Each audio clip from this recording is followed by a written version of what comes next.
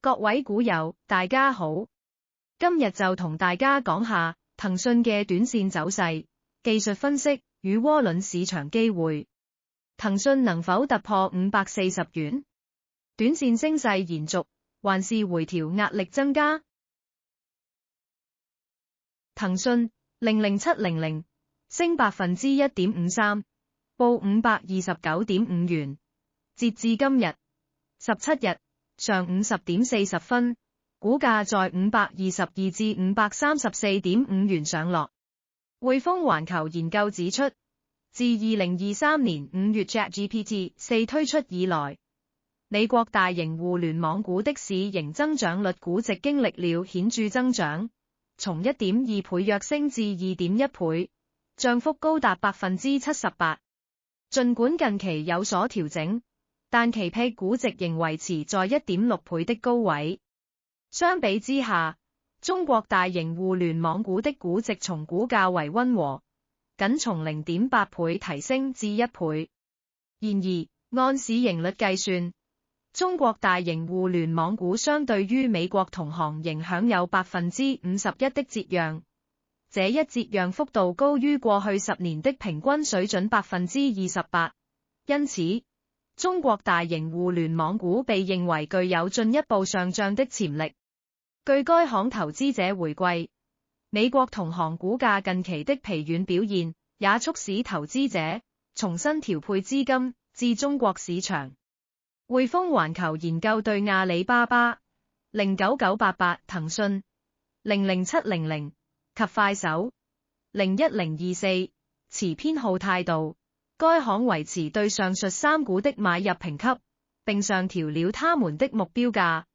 阿里巴巴的目標價由156元升至172元，騰訊的目標價由540元上調至610元，快手的目標價則由68元提升至75元。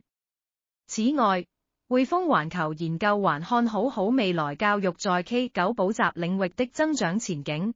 認為智能學習設備將受益於人工智慧的發展。同時 ，Boss 直聘02076則因推出人工智慧代理以改善招聘效率而受到青睞。該行分別給予好未來目標價14.6美元及看準目標價86元，並將這兩家公司的評級均定為買入。騰訊過去3日振幅達 6.10%。短線波幅顯著擴大，技術面顯示，騰訊短期支撐位在488元，較強支撐在462元，上方阻力則在546元。若突破該關口，下一目標將是567元。技術指標方面 ，RSI 指數為61，表明市場仍然偏向樂觀，但距離超買區僅一步之遙。顯示短線仍有上升空間，但需留意潛在回調風險。移動平均線顯示 MA10 517.55 與 MA20 506.04 形成黃金交叉，且 MA30 484.23提供長期支撐，市場趨勢偏多。此外，保利加通道顯示價格持續在中軌上方運行，且中軌向上，表明市場仍處於上升趨勢。短線支撐與阻力分析，能否突破540元？目前，騰訊正向546元的阻力位邁進，若能成功突破，市場有望挑戰567元。但若未能突破540至546元區間，股價可能回落至500元附近尋找支撐。關鍵支撐在488元，若失守，則需留意462元的更強支撐位。隨機震盪指標與威廉指標顯示買入信號，動量震盪指標與 CCI 指標則維持中立。市場可能短線調整後再尋找方向。市場普遍認為，騰訊近期的升勢可能與即將公布的年報預期向好有關。若業績符合或超預期，則股價有望進一步突破前高，但若業績未達預期，短線獲利回吐壓力可能增加。產品回顧：牛證2日內狂升43%，資金湧入看多產品。回顧過去2天的產品表現，部分騰訊相關衍生產品錄得驚人升幅。匯豐認購證13556，2日內上漲18%，顯示市場資金積極押注騰訊短線上升。摩利牛證61069，勁升43%，反映市場看多情緒高漲。瑞銀牛證60869，亦上升36%，進一步印證市場對騰訊的樂觀態度。